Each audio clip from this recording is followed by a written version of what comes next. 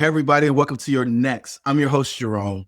And to say that you're in for a treat today is an understatement. A lot of times people come on the show and it's like, well, what do they do? Are they the real deal? Or are they glossing over? Or are they faking it until they make it? I actually have the privilege of being able to watch this individual for multiple years, whether he knew it or not. And I know a lot of people that are in his orbit, and they all say very similar things. He's one of the most genuine people you ever meet. He's crazy smart or wicked smart. I think he's got like the record for winning that award in a few different masterminds. And so when we dig into this multiple eight-figure exit story, you're going to hear some things that I don't think you ever heard. And that's from a way of describing the experience. So, Kasim, thank you so much for coming on your next, man. This is an honor and a pleasure on so many different levels for me. Yeah, Jerome, thanks for having me, man. I appreciate the time and the platform. All right. So let's dig in, man. So you had an exit, right? Yeah, I'm rich. Did you just have one? I've had two. My first one was smaller, although interestingly, maybe I'm even more proud of. I built with two partners, I built the highest performing real estate investment campaign on the planet. It's a company called GeoFlip. And we had that for 7 years, and I sold it to my partner in 2019. And it didn't make me a significant amount of money on the exit. My partner and I just disagreed on the direction of the organization. And so we had a buy sell clause. And I said the number. He got to say if he was the buyer or the seller. I said a number. He said he was the buyer. That was my exit. The reason I'm proud of it, though, is one, we built something really beautiful. Two, it was a lesson in the fact that all partnerships are going to end. Partnerships are not marriage. And it was a person that I really loved. And we met an irreconcilable difference. And even though we weren't able to reconcile that difference, I didn't do anything that I regretted or lose sleep over, and he didn't do anything he regretted or loved. Like it was two people that acted with integrity throughout the whole thing, no matter how, even past the point of breakage. So for whatever it's worth, I think if, especially if you're listening to this, expect your partnerships to end. Build it in to the, it's not if, it's when. So when you're starting your partnership, the question is when this ends, how does it end? What do we do? What does it look like? What's the framework? What are the questions? What are the agreements? What do I need from you? What do you need from me? And they say get divorced before you get married. And I don't even like that analogy because I don't think partnerships are analogous to marriage in any way. But that was my first exit. That was 2019. My second exit was in 2022. That was the big one. That was a low eight-figure sum. I sold to a SoftBank-backed MarTech company. I built the number one ranked Google Ads agency in the world. And I do honestly, I lucked out in so many ways. I was just in the right place, right time. It was post COVID and liquidity had frozen. So all the private equity groups that normally buy like great big SaaS companies, all the SaaS companies took themselves out of the game. They're like, we're not going to sell in this weird market. There were no IPOs for 18 months. You remember, it was weird. And you're a private equity guy, so you probably know more about that ecosystem than I do. So none of the SaaS companies were selling. So they tried to dip into ecom, but ecom got dried out pretty quick and they started to wait too. And so they were looking for business models that just look like SaaS or ecom that could match their valuation models. And agencies looked like SaaS or ecom. And because I'd built a pretty big agency, all of a sudden we became a target. I got 60 unsolicited offers. And it was a whirlwind, man. Due diligence was 8 months. I was an 8 month proctology exam. That was horrible. But yeah, all of a sudden, I'm the belle of the ball. Everybody wants my business. We cashed out, which was interesting. A lot of mixed feelings there.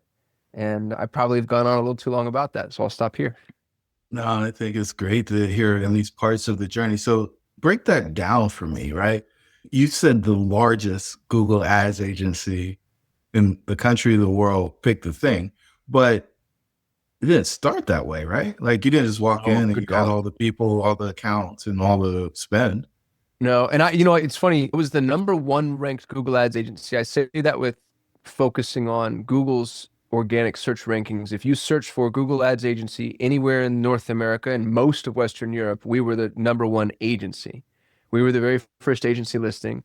We were also, and nobody tracks this data, but as far as I could tell, and it was my M&A advisor that told me this, we were the largest agency dedicated solely to Google Ads. So we weren't the largest agency because there are massive agencies out there. But as far as agencies that niche down into Google Ads alone, I think we got as big as it got. Most agencies don't get past 20 to 25 clients. That's a high watermark. We got to 200. So I was 8 times the size of a big agency. And a lot of that was birthed just through, I think, honestly, learning how to productize a service, which is a good lesson learned if you're going to be in the service business. Productize a service. Say more about that because we haven't had that discussion on this podcast. I think it's the only way to sell services if you're going to be in the service. I hate the word scale. And I didn't used to, but in a post AI world, I hate the word scale. So I don't even want to use the word scale to service because anything that scales AI can do. But if you are a service provider, let's say you're a consultant. Hey, I'm Jerome. I'm a business expert. I managed a $20 million division of a Fortune 500 company, and I want to help you with your financial modeling. You're a consultant providing a service, but the service you're providing is nebulous and highly dependent upon me. And so you come in and you ask me, it becomes very Socratic, very iterative, very custom. And that's most service businesses. Most service businesses are that way, even as they grow and they scale. Now it's just, I'm going to hire a lot of little Jeromes and then I'm going to inject them into your business. When you productize a service, you start to figure out an end to end. So it becomes a black box from input to output. And it requires an analysis of the Pareto distribution. You take, let's say I have 100 customers and I realize, you know what? The 20% of my customers that make me 80% of my revenue all really just need this. They all need whatever it might be. So, for example, at Solutions 8, what we did really well was their digital plumbing. Solutions 8 was the number one ranked Google Ads agency in the world, but what most people who wanted Google Ads really needed was conversion tracking set up. And what's funny, dude, is that was it. Once conversion tracking was set up, managing the ads became relatively easy. So the open air secret that I've actually never shared, just because nobody's ever asked, Solutions 8 was really a conversion tracking setup agency that then kept running your ads after the fact. But the product was, we got your plumbing in place better than anybody else got your plumbing. And what's interesting about that is most agencies pawn that off on the customer. They say, when your tracking is set up, come to us and we'll run the ads. We went the other way because that was the easily productized service. And when you can productize a service, you can sell it like it's SaaS or it's e-com or it's like it's a commodity. And that's what helps you, again, to use a word I hate, scale. Yeah, the thought around commoditization of your front end offer, I think is brilliant, right? Because it's the loss leader. It doesn't have to be high profitability. You just need to sell a lot of it. And then the thing that becomes highly profitable and lucrative is the subscription ongoing. And I say it's really profitable because it doesn't take a lot of work once the ads are set up. And really, you're rigging your success because you know that the dashboard is right. Like you're flying with instruments versus being in the dark, which I think a lot of people start with. Yeah, that's the right way to say that too. You're flying with the instruments that you need in order to be successful. You can actually take accountability for the output. The other agencies would do it too because I think they wanted to have that out. Oh, well, your conversion tracking is broken. There's nothing we can do. And it's like, well, I don't know, man. You're not allowed to be a pilot if you haven't checked the plane. So we just built the plane. And what was cool about that too, and this is the other thing that I think a lot of agencies get wrong, it put us in a position of only choosing clients that we knew could win. Most agencies, if you can fog a mirror and you got a checkbook, I'll take you. And we started, and this was honestly not out of inspiration, it was more out of desperation. If I knew a client wasn't going to work, if I didn't like their product, their offer, the fact that they couldn't answer the phone, I didn't like the ecosystem they were in, it was too competitive, I'd tell them, hey, Google Ads isn't for you. And then I'd show them the math. And it was crazy. I didn't start really exploding in size until we took that approach because people became like aggressively interested in working with us at that point. They're like, oh, no, no, no. Now you have to take my money. And what do I have to do in order to make this work? And so we moved from just service provider to consultant. So, but there, I said so. And so I'll keep going down there. So you had integrity. Yeah. We told the truth. It helps a lot, Jerome. You'll make money. Well, but there's a lot of people out there who are on the journey of scaling. They're like, I got to fake it till I make it. And in today's world, there's a lot of people who are like, man, revenue's tough. I got to take whoever I can take. Yeah. What do you say? I've been there. I've been on both sides of that fence. And I think honestly, there's nothing wrong with either decision as long as you're honest with the customer. The minute you say, oh, I know this is going to work, or I feel really confident we can do this, as soon as you start to convince them as to what the end results might be, I think you've stepped over the line of reasonable expectancy, just in terms of what it is that you're promising. So what I like to do, if you're one of those, I want to take everybody agencies, which is okay, it's a decision. The thing to do there is to guarantee your work. I guarantee you, your conversion tracking is going to be the best conversion tracking in the industry. We will be industry's best standard, absolutely, no question. And if it's not, we'll fix it, no cost. Like that's something I can absolutely guarantee. I don't guarantee your product's going to sell. And by the way, there's nothing wrong with an agency that does that. Because the truth is sometimes when I pushed a client away, I was wrong. I had clients that I said, hey, this isn't going to work for these reasons. They'd go run with another agency and come back and tell me you were wrong. So I'm not in the business of knowing every business. You know what I mean?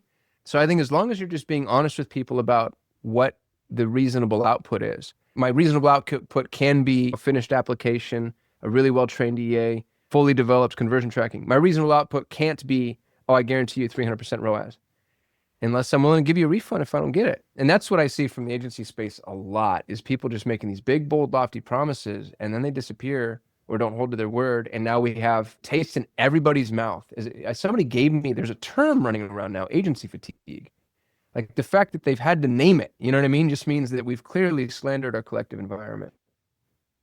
So, all right, let's go back, right? What were you doing before you started the agency, before the agency? Because you said you had a partnership, right? But what were you doing before the first partnership? Because I feel like you learned enough in the first partnership to build the one that sold for over 8 figures. You know, I've always had multiple businesses going. So the first partnership started, Solutions 8 was the incubator, for lack of a better word. I had this, it was called a full funnel agency. I don't know if we still use that word anymore, Jerome, because I'm old. But a full funnel agency just meant we did everything. That's why we called it Solutions 8, because we were stupid. So we were offering like web and software and apps and video and SEO and PPC and content and social and anything that you could pay me money to do, I would do. And so I got this full funnel agency, and I had a partner in that agency too. And that partnership I ended up buying. It was funny. It was the exact opposite scenario. I bought her out. So I have this business that I don't like. I didn't like the business. I didn't like the model. I didn't like the ecosystem, but I didn't know what to do because it was still profitable. I just didn't like that I was like everybody's firefighter. And I started to kiss frogs and figure out what I wanted to do, what I wanted to be good at. And so GeoFlip was born from one of my clients. He was a real estate investor. I was running his ads, and I kept telling him, hey man, I think we could really, we could do something together. And we ended up partnering. So I like business models that help you. I call them metal detectors. I like business models that are metal detectors. I feel like every CPA on the planet doesn't know it, but they have that because they get to, peer under the hood of businesses. I got that at Solutions 8 because I got to see how much money people spent. I have that at Pareto Talent now because I get to see what people have their EAs do. So Solutions 8 started as just a full funnel everything, which is how I think entrepreneurs need to start. We tell these kids, niche down, niche down, niche down. Hormozy goes, niche slap, which is funny. And it's actually bad advice. It's like saying, because the thing is, once you've been successful, the thing that made me successful was niching down. So you go tell everybody else to niche down. The problem with it is it's flawed thinking. It's hindsight-based thinking because you don't realize I niched down after seeing the opportunity. Yes, I call it the hourglass of niching. So telling somebody to niche down arbitrarily is like telling them to go out in their backyard and drill for oil there. You know what I mean? You 100% chance of not finding oil, right? Like you are just not going to hit oil. It's a guarantee. So instead, go start a business that is broad in terms of services, broad in terms of industries, broad in terms of geography, and then play. Figure out like, who is it that I like to play with? What do I like to do? Where do I like to go? And then you slowly start cutting off the stuff that you don't like, and it narrows and it narrows and it narrows. And then you end up with your niche. And that isn't arbitrary at all. That's an ultra viable niche. And I've done it 6 times with 2 exits and quite a few more on the horizon. To be honest with you, I keep building businesses, Jerome. I can't stop. So, all right. I still don't like, where is the story, the inception story? Because we're just dropping Going in all the way back. Yeah, like we're parachuting into multiple business partners, clients. Like, yeah, I've been on both sides of it, but it's still, we're making money. We don't have a job. We don't live with our parents. I don't think you're dependent on your lovely wife. Like, where's the inception? Yeah. So I was raised by a blind single mother on Social Security disability in Albuquerque, New Mexico. Me and my baby brother are welfare babies. If you've ever been to Albuquerque, Albuquerque's rough. If you've seen Breaking Bad, it's a documentary. And it's rough for anybody, but when you're a 9-foot tall Pakistani kid that weighs 8 pounds, like it was not a pleasant experience growing up in Albuquerque. And I always knew, I'm using air quotes if you're listening, I always knew money was going to solve all my problems. Because that's what poor kids think. That's what they teach us. Like when you hear your mom saying, like, I don't know how I'm going to make ends meet. We don't know how we're going to make rent. We don't know how we're going to, like, don't know how I'm going to put food on the table. You just think, like, oh, I just need to be rich. So since I was 7 years old, I've been hustling. My brother calls us stone soup hustlers. You know the story of stone soup? When you were a little kid, they never read you stone soup. It's a beautiful story. I won't ruin it on the podcast, but there's a fun little Easter egg. If somebody goes and reads Stone Soup, they'll understand Sammy's Stone Soup hustler moniker. And from the age of 7 years old, dude, there was this gas station on the way to school when I was walking to school called Lone Star, and they had this barrel. It was in San Antonio, Texas, where we lived before we moved to Albuquerque. They had this barrel full of candy that you could have it for 10 cents a pop. I'd go and I'd get as many little pieces of candy I get, 10 cents, and I'd go to school and I'd sell them for a quarter. So I've been stone soup hustling since I was little, and that led to from my I don't know what, man, 15 or 16 years old, I started to get in trouble. And the trouble started really light, just like petty, just the kind of stuff that kids do. And it escalated into full on felonies. I'm trying not to use that word. And got real scary real quick. And so I know my dad exceptionally well, but I called my dad and I told him, hey, man, this is what the situation looks like. And my dad moves me out to Scottsdale, Arizona, where he lived at the time. And all of a sudden, I go from like welfare baby to surrounded by trust fund babies. And I had a really unique opportunity, man, to just reinvent myself. My father wasn't exceptionally wealthy, but he sells rugs. He sells hand knotted area rugs. And so you have to sell to rich people. So he lives in this environment. And it was a fun 180. It was just a complete flip. My brother wasn't as lucky. My brother did 6 years on a 4 yard. He went all the way. He was a be all you can be type. He's okay now. He's fully rehabilitated, wildly successful entrepreneur. But, we had the divergent paths. And his story is as much my fault as anything because I'm the one that started the wrong way and jumped ship, and he kept going. He's 4 years my junior. So I hold a lot of guilt as far as what he saw. His value system as a young man, I think, came from me. And it's also interesting just the juxtaposition between the two of us. I end up in North Scottsdale, surrounded by some of the smartest, wealthiest people in the whole world. At 19 years old, I meet Greg Smith, who's my now business mentor. He's been my business mentor for 20 years. He wrote a book. It's on my bookshelf somewhere. I wrote the foreword. It's called No Locked Doors.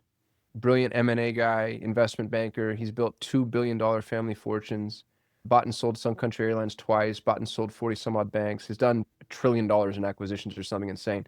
Like, and then imagine having that guy just be your godfather for 20 years, just a shepherd through life. And from that point, dude, I have had 100 at-bats, Jerome. Like I like to say, I've had 6 multi-million-dollar businesses. What I'm not telling you is I've had 94 failures. I've built and tried dude, I've sold purified mercury online. I got shut down by Google.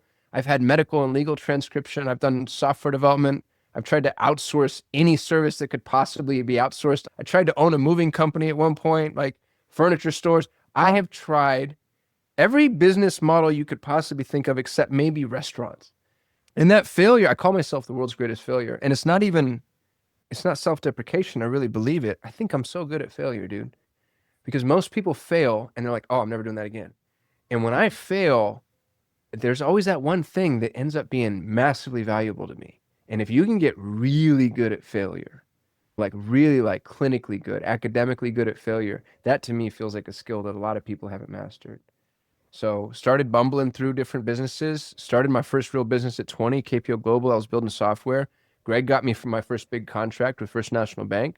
I'm making more money than a 20-year-old should ever make. And they don't teach poor people how to use money, so I'm spending it as fast as it comes, dude. I just cannot get it out the door fast enough. I buy a big house on the hill. I buy the idiot's car. I'm always picking up the check. I think I'm a baller. And then at 22 years old, the '08 collapse. For me, it was '07. First National Bank was the bank that brought down Lehman Brothers. They were my client. When they shut down, my business shut down. I lost everything. Houses foreclosed on, cars repossessed. My dad's business goes under. My dad's screwed. He moved. I forget where he went. I end up in this apartment that I was only able to live there because they gave me 3 months free if I signed an 18-month lease. And I'm multi six figures in debt. I'm the least creditworthy person in the world. I'm the least employable person in the world. I remember, dude, at my lowest, there was a Target behind me. And I walked over to the Target and I applied at Target to be a dock worker. It was a 4 a.m. shift to unload trucks just because I was like, while I'm trying to build another business, let me at least have some way to feed myself. And I wasn't qualified to unload trucks at Target. So I was just like, and dude, back then the economy was tight, jobs were tight. I started every weekend. This was sad. This was so depressing. I'd go to Costco every weekend on my dad's expired Costco card, and I would roam the free tryout sections. And I'd make 2 or 3 rounds. Over the course of like an hour and a half, people started to get to know me. That's how I was eating. Maybe I was lucky enough to hustle up the $1.50 to get the hot dog at the end of the, but like I was at literal zero. And then I rebuilt from there, which was it was the greatest blessing God's ever given me to learn between 20 and 22 years old what money is and what it really means. Money, somebody gave me a perfect analogy. Money's oxygen to a business. And it's oxygen. Oxygen is actually not the most important thing in your life, right? Your kids, your spouse, your whatever, your mission, your values, your family, until you don't have oxygen. And then it becomes the most important thing. So don't look at money as it's anything other than the oxygen of a business, and stack your chips. So to the young entrepreneurs listening, liquidity is so critical. And the thing that's scary for all of you is I promise you're going to start making money. I promise. If you just started right now today, the money will come, because entrepreneurship, it's a fact of life. Every entrepreneur you've ever run into, good, bad, or indifferent, whether or not they're still in the game or they quit, there was a time where they were minting money. Everybody has that story. And a lot of them play the San Diego Beach House Lamborghini game. That's a dangerous game to play, because that's not yours. You can leverage yourself into any lifestyle you want. Dude, I'm a decamillionaire. I've produced a $1 net worth. I drive a 40-year-old Honda, and I live in a Beaver Cleaver suburban community because I don't need a supercar. I can just go on a podcast and say, here are my tax returns. This is how much money I'm worth if you need the pedigree.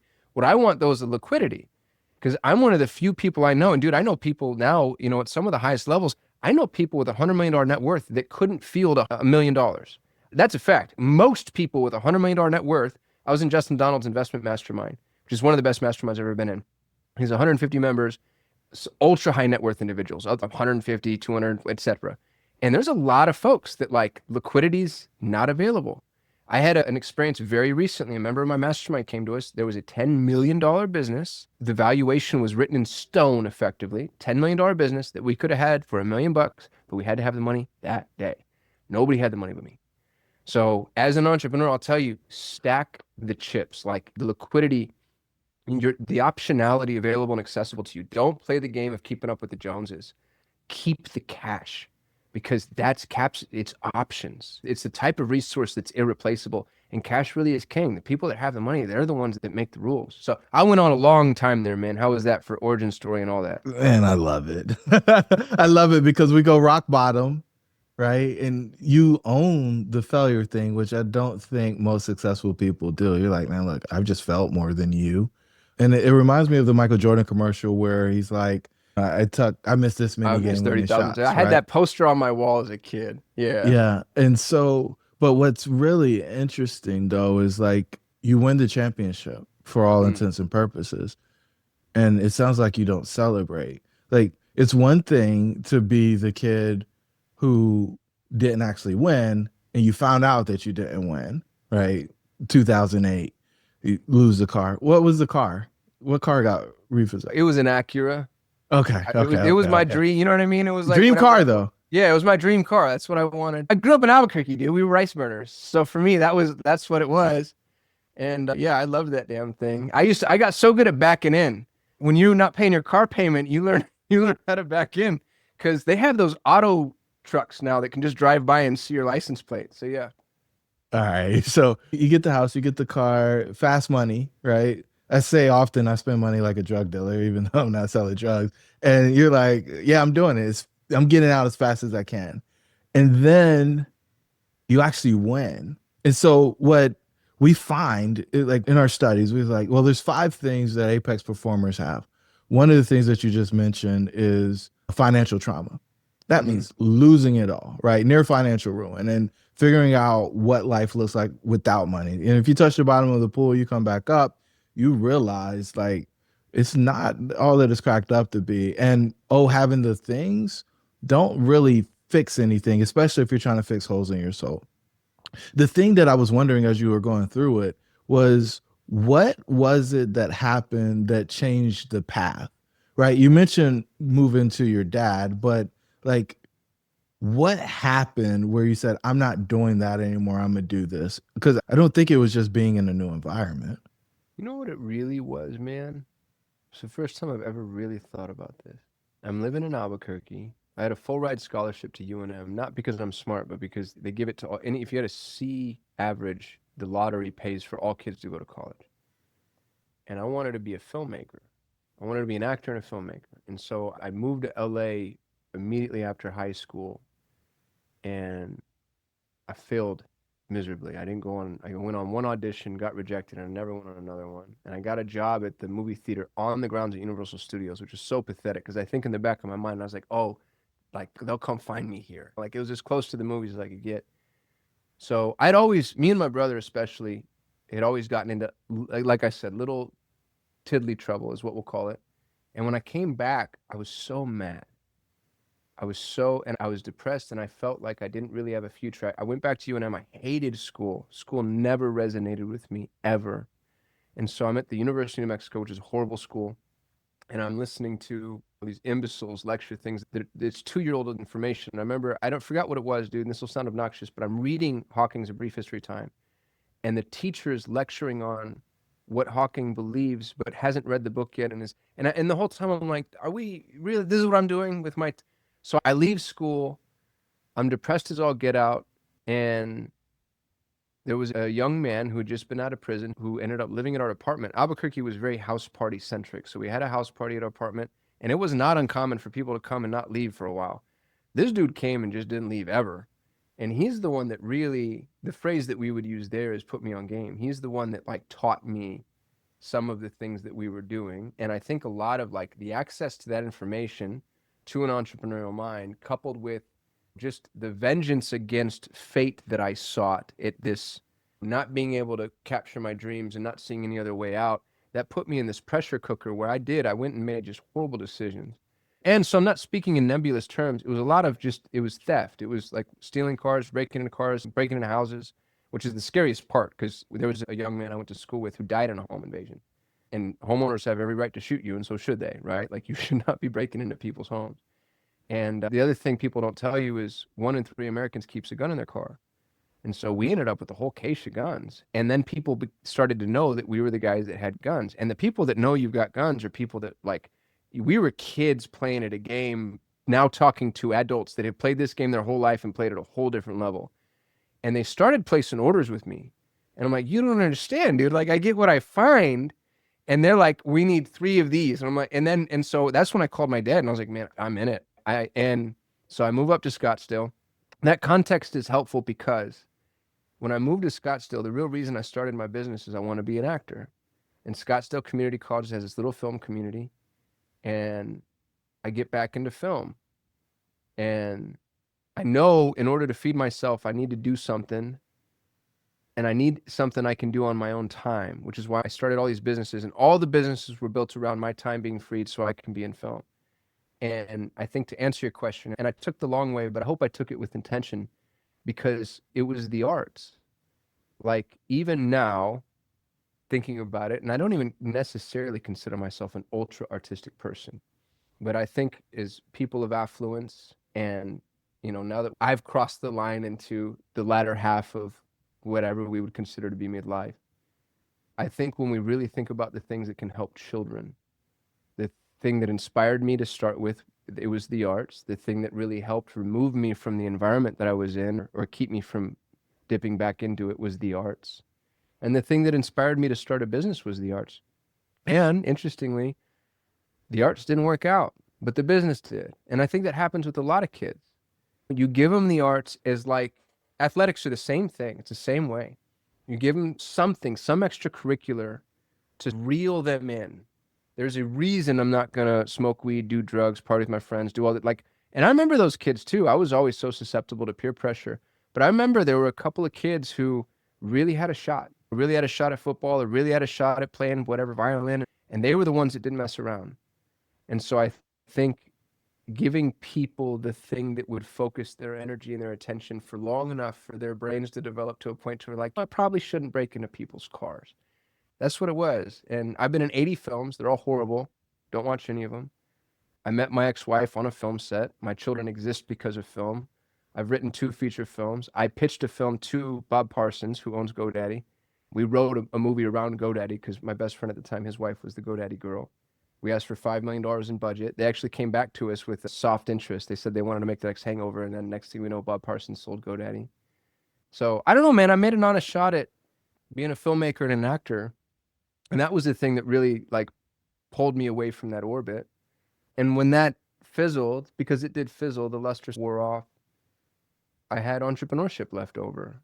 And I'd already built a business that was making some money. So I doubled down. So I think it would be fair to say you got an addictive personality trait. Would you It'd agree be with that? very fair to say, yeah, Yeah. Jerome, for sure. Yeah. And so we see it with a lot of Apex performers. It's just like the ability to obsess on the thing and just iterate, and get all you can out of it. I love the way that you share the stories because, like, we actually get to see the transformation of the man. And so, if we come back, right? So, you talked about the bottom, and like you tell the stories of failure with a smile. Hmm. What I never a knew lot of people do, that. right? What a lot of people do is they tell that with the frown, and they tell the stories of success with a smile Hmm. because they seek the approval of others, and they feel like they're going to get the approval by talking about the success. What I know about your story, and I think you'll lay this out for the people out there. So you've done something that less than 1% of people do, right? 8-figure exit. What did you feel like after the wire hit? My best friend was in the house. Her name's Christine. And she knows my whole story. A lot of trauma around money. Lots and lots of trauma. And my money chase has been for a very specific reason. And dude, I broke down. So the cash at close, I don't think I'm allowed to share actually as a condition of our exit. But the cash at close was significant. We got most of our cash up front, which is unusual. And I didn't know the movies, there's always a big check. The movies, and it was just exactly as you said, it was just a wire like any other wire that's ever hit my account, but just way more zeros. And I pull it up. I called out because she was in the house. My ex-wife was in the house. We were married at the time. And I was like, the wire landed. And they come running up. And Christine, she puts her hand on my shoulder and she says, "You're safe now." And dude, I've lost it. Like I feel it right now in my body. I've just melted because I'd spent 37 years trying to put myself in a position where I never had to worry about money. And it felt that way. There's a lot of money doesn't make you happy nonsense that people shout out. And obviously that's true and makes you safe. I paid off my mom's house. I carry a mortgage just because it's the right thing to do from a tax perspective. But like I could batten down my hatches any day I want. So when the wire hit in the very beginning, it was surreal. It was like, I can't believe this is my reality. It felt like the multiverse. It was also weird because there was nobody there to celebrate. Like there's no It's Oscars lonely. moment. There was It's no lonely. like there was no nobody knew. And you can't tell me, couldn't tell you I have 100 employees. You can't tell your employees, look how rich you made me. You know what I mean? Like I actually gave my employees more as a percentage and just in total than anybody I know that's made an exit. And even so, there was just nobody to like my ex-wife, God bless her. She's such a beautiful soul. And she's not an entrepreneur. She's a human rights activist. She's never cared about money at all. Even during our divorce, like she was so just friendly in the divorce proceedings in that way. And so like if we made money, we didn't make money, she didn't care. And so the exit was like, "Oh, good job. Like I'm happy with you." And I'm like, no, you don't understand what I did. Like I did the thing. I got the finish. I whatever. And so yeah, dude, it was really mixed emotions. It was like I'm safe, which was that felt. And it continues to feel, dude. I sleep better. I'm fatter now. You know what I mean? Like I can't. I used to wake up at 4. Dude, I woke up at 4 o'clock in the morning, worked 80 hours for 20 years. I can't do it anymore. I'm just not. I'm not afraid enough. You know what I mean? Like you only do that when you're really afraid of something. You're really running away from something. And it was very like, what now? Like this whole journey, my whole life has revolved around this paper chase. Even filmmaking, really, I thought was like, oh, that's the way I'm going to get. So all of it has been pointed at some level of fame and fortune, and you get the money, and you're like, Is this it? my friend, Brandon Turner, Beardy Brandon. Yeah. Brandon told me, he goes, you strike me as a person that doesn't celebrate very well. And he told me that right after my exit. And I was like, yeah, you might be right. And so he invited me to his house in Maui right after my exit. We went almost immediately after. And then he gave me some advice. He goes, look, I don't know what he's worth. I won't guess at it, but it's a lot. And he's been through what I've been through just a lot earlier, which pisses me off because he's younger than I am. And he's like, my advice to you is the same advice somebody gave me. Don't do anything for a year. Don't make a decision. Don't buy a business. Don't start. Don't, because what'll happen is you're going to get lonely and depressed. And to fix that, you're going to jump right into the very next thing. And then you're going to hook yourself up to this never ending whatever. And so I didn't really take his advice because I Smart. dabbled in some randomness, but I also didn't. The thing that I really appreciate is I didn't start or do anything that would require my attention full time. I got really good at delegating. I've always been really good at delegating, but I got like nuclear weapon good at delegating. And I spent the year more or less unencumbered. And there's only so many Mai Tais by the beach. Like, I don't know, man. There really is something about business building that I love. My real passion, the thing that I've landed on, it's why I started a staffing agency. When I sold my business, I had 100 employees. 6 of them were domestic. The rest were around the world. I had 40% margins in an industry that aims at 15% as a high water mark. I built every business I've ever run successfully on the backs of international labor. My goal in life now is to help people in international markets find meaningful work. And they're the most extraordinary talent pool you'll ever be exposed to, and most of the Western world doesn't know they exist. And they're And so, hungry. yeah, Hungry. dude, they're grateful. That's hungry people are grateful. You know what I mean? Like that's exactly right. So you've never seen employees like this, or you probably have, but like for most people that haven't tried, yeah, and some people are like, oh, I tried outsourcing, that didn't work. And I'm like, no, you outsourced your grunt work. You did cold calls or data entry. Go pay well, treat them like real life human beings, and then see what somebody's capable of. It's unbelievable. They run through walls, man. They're bulletproof. And that's the new KPI. I still want to make money. I got a check written to myself for $100 million. I'm going to make 100 million. And if I get 100 million, which I probably will, I'm going to aim at 1 billion. And that's just because that's how we keep score. And a lot of what I want to do from an impact perspective will require money. And my real KPIs are things like how many people can I employ? I have 100 trained DAs right now. By the end of this year, I'd love for that number to be 1,000. It's a little ambitious, but I'll get to 1,000. When I get to 1,000, I want that number to be 10,000. Because, dude, if we really want to play the impact game and we want to play the impact game like entrepreneurs, you can put money in the Salvation Army bucket, right? And the sad truth is that money goes nowhere. That money goes nowhere. Your church collection plate, 98.1% of all money ever collected at a church stays in the church. If you really want to change people's lives, employment has anthropological implications. My mom was a single mom. And I say I'm a welfare baby. Really, though, if you think about it, I was a trust fund baby because we were welfare babies in a country with a social safety net like welfare. So the whole country got together and said, feed those kids, right? Feed, clothe, house, and educate those children. That's a trust if I ever heard of one. Maybe not a great one, but there's a bunch of countries like that, Latin America, East Asia, Africa, Eastern Europe, that don't have that.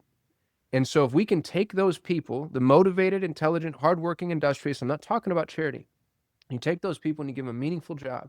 Imagine my mom in that context, a single mother in any emerging nation. First of all, she's working from home.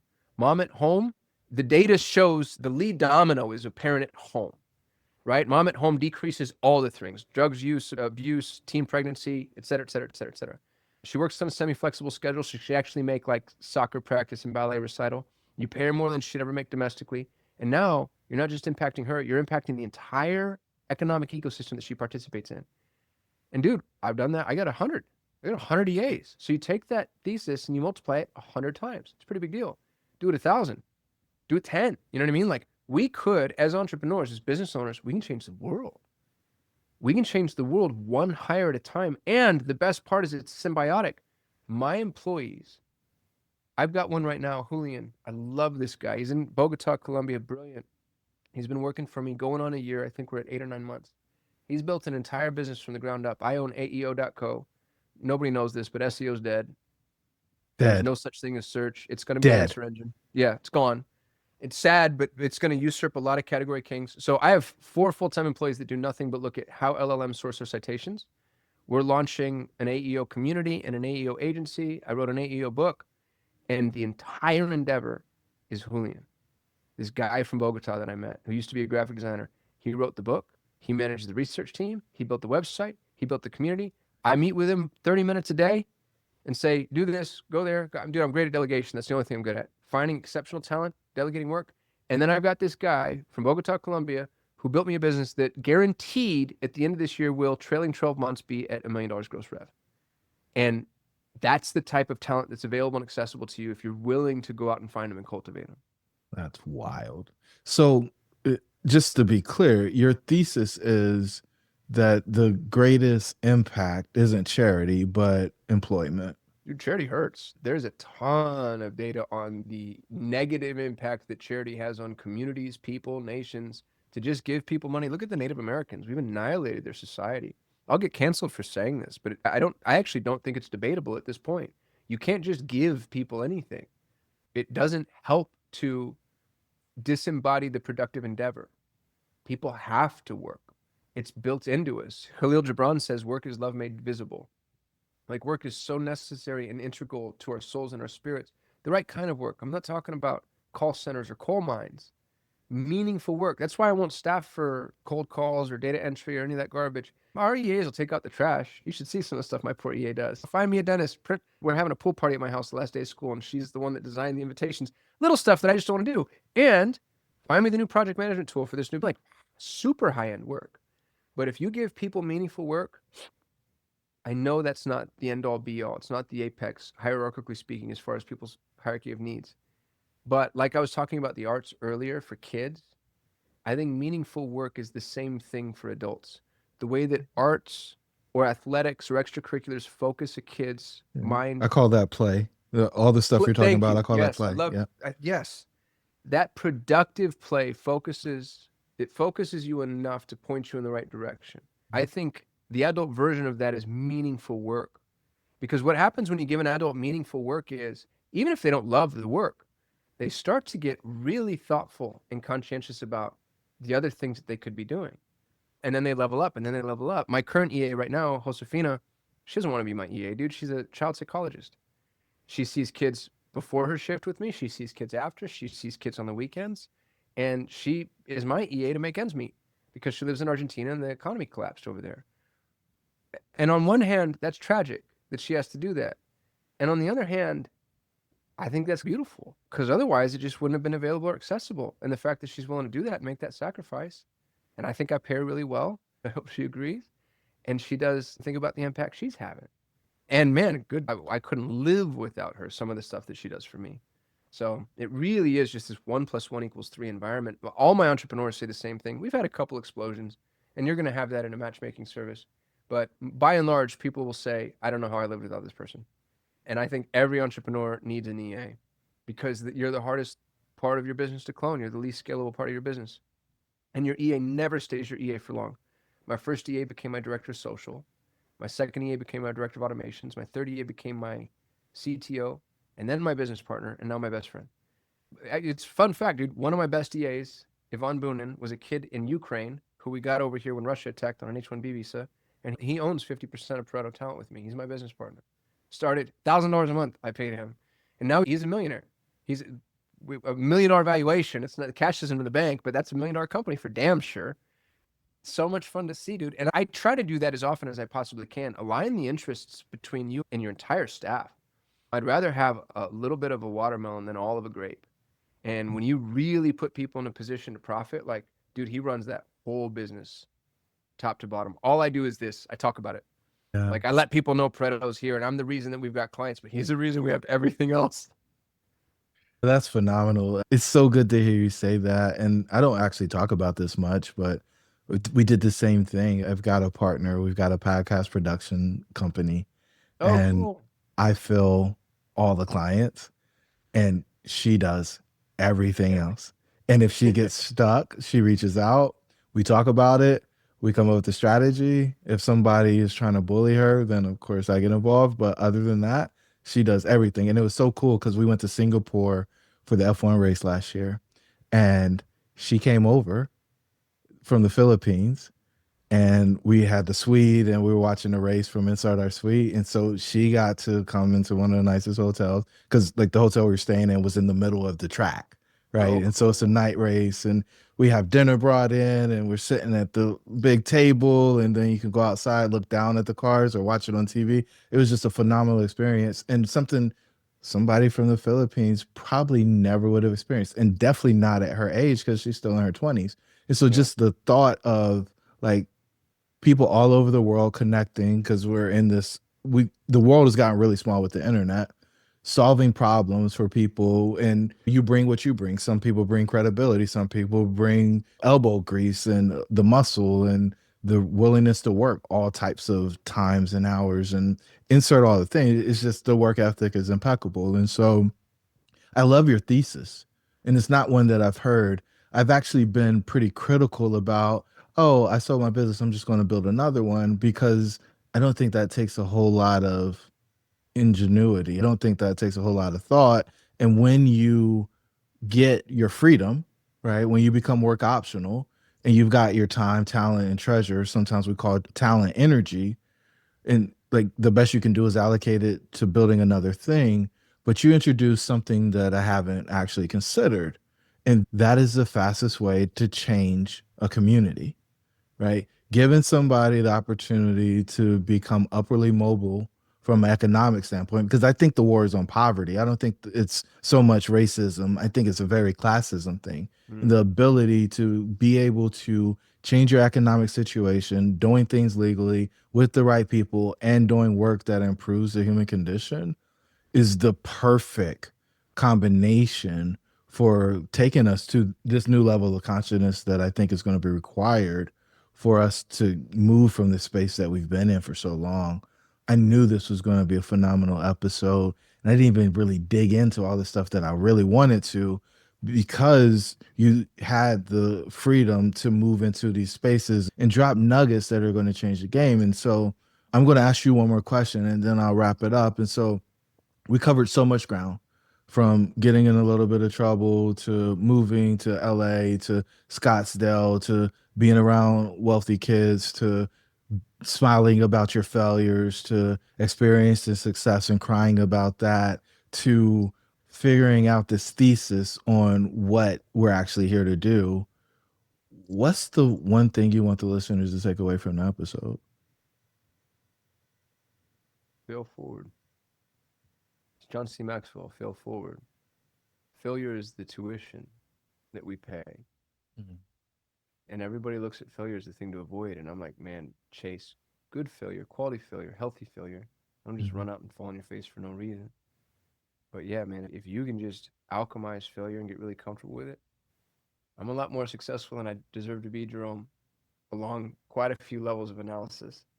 So I think if people were to take that, I'd feel like our job here is well served. Kasim, this has been phenomenal, man. Like, I used to call the show Dream Catchers, and you're the epitome of a dream catcher. For every intent and purpose, you should have been a statistic. You should have been in prison. I know your brother had a different outcome than you did, but he went through the system and he's living life in a different way now. And I'm sure you're doing what you can to support him as he'll let you, because, a lot of people don't want things given to them. But in that same breath, like, you overcame some of the most challenging things, including the exit paradox. And before we started recording, I was like, well, how'd you feel? And he was like, I was sitting in a bathtub full of gasoline lighting matches. And it was like the most vivid image that I've ever heard somebody describe it as, because the money, and it's crazy because you had it before, at least you had a semblance of it, you had the appearance of it, and then when you actually had it, it didn't do what it does for a lot of people. And you're even sitting in a space of, hey, I just want the options, right? Like I often talk about, hey, it's a Ferrari payment or it's Ferrari money. And it's like, well, I don't ever have to buy it. I don't ever have to buy a plane. I just want the option to be able to do it in a lot of instances. And that's what you're saying. I can exercise my option. Yeah. And I think there's so many people out there that think like the thing is going to fix it. The thing will never fix it. The things are always temporary. And the ability to do meaningful work is the game. And I think you're just a perfect example of it. And, you know, the things that everybody says about you, your reputation precedes you. And I walk in a lot of rooms and the story's always the same. You demonstrated that today. So from the bottom of my heart, thank you for sharing in such a transparent matter. Thanks for having me, man. I really appreciate you. Everybody listening, I appreciate y'all too. And thanks for the good work you're doing. Thank you, brother. All right, to the listeners, your dreams should be real. We'll catch you on the next episode.